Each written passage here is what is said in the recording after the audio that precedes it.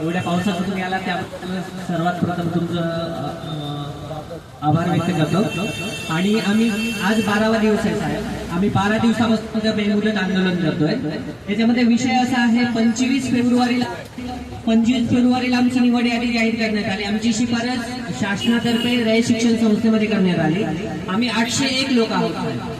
त्याच्यामध्ये 801 लोकांची शासनानं एक्झाम घेतली, एक्झाम गुणवत्ता सिद्ध केली, गुणवत्ता सिद्ध करून आमची शिफारस शासनाने रयत शिक्षण संस्थेमध्ये केली।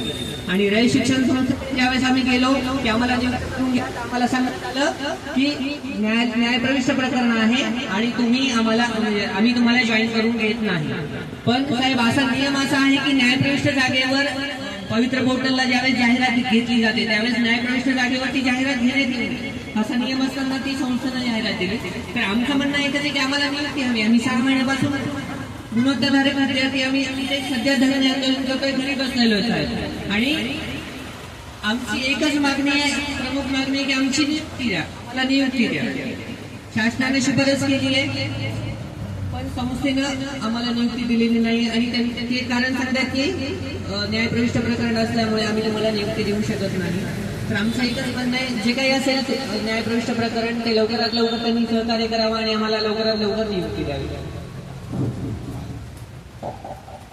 नमस्कार। आज माझ्या भगिनी राजेश्वरीबाई पाटील यांनी मागच्या 2 दिवसापासून या ठिकाणी माझ्याकडे पाठपुरावा केला होता की आपण या ठिकाणी आंदोलनकर्त्यांची भेट घ्यावी। आदरणीय सुप्रियाताईंना सुद्धा आपण या ठिकाणी बोलवलं होतं, पण त्या ठिकाणी खूपच साहेब ते सगळे दिसल्यामुळे त्यांना त्या ठिकाणी जावं लागलं। पण या ठिकाणी आम्ही तुमची भेट घ्यायला आलो। निश्चित तुम्ही खूप तुमच्या चांगल्या गुणवत्तेवर आईवडिलांच्या परिश्रमावर यापर्यंत इथपर्यंत तुमचा प्रवास झाला। खूप छान शिक्षण घेऊन तुम्ही इथपर्यंत आला, परीक्षा दिली, पासआउट झाला, म्हणजे या एकूणच नोकरी करता। पण असं असताना कुठेतरी संस्था आणि शिक्षण विभागामधला असमन्वय याच्यामध्ये कधी कारणीभूत ठरतो।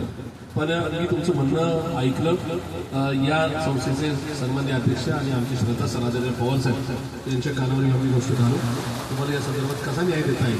शेवटी तुमची संख्या खूप मोठी आहे आणि एवढी मंडळी जर चांगलं शिक्षण घेऊन आपल्या बुद्धिमत्तेच्या जेव्हा परीक्षा पासआउट होऊन जर नका भरती प्रक्रियेत आल्या असत्या तर निश्चित त्याला न्याय मिळायला हवा अशा प्रकारची आमची भूमिका राहील। मी आजच या संदर्भात आदरणीय साहेबांच्या कानावर घालेल, त्याची कॉपी तुमची परत मला द्यावी अशी मी नम्र विनंती करतो। धन्यवाद।